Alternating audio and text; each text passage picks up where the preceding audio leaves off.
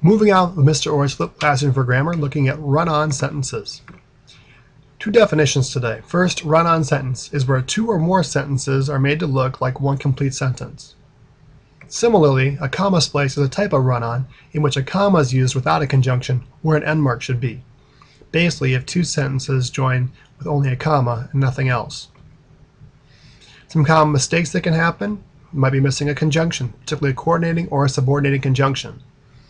Or might be incorrect punctuation, such as simply a missing end mark, or an end mark that should have been in place is actually has a comma put in place of it instead. How do we correct this? Steps aren't that complicated for making complete sentences. First, find the subjects and the verbs, and make sure both are complete. Find where one complete thought ends and the next one begins. Look at where you pause if you read it with understanding. Where do you hold up? Where do you wait? Where do you delay?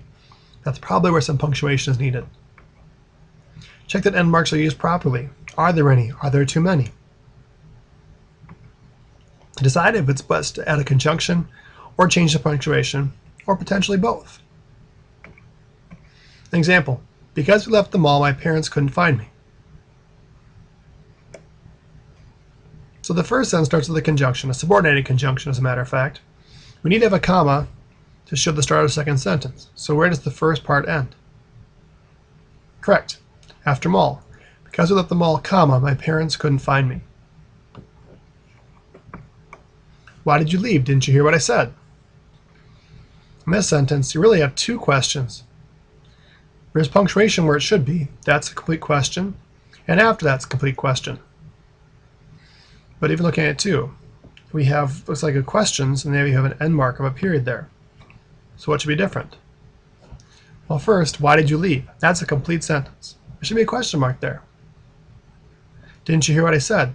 Capitalize it. That's also a complete sentence in case of both questions. Therefore, they both need to have their own end marks. This might seem like a really quick chapter, and it is. If you've mastered the content in Chapter 4, then Chapter 5 is going to come along very easily. Make sure, however, you're not careless, particularly in your own writing. It's not enough just to be able to pick the right sentence when a wrong one's staring at you as well. It's more important you can find your own mistakes and fix them yourself before anyone knows what you did in the first place. Good hunting.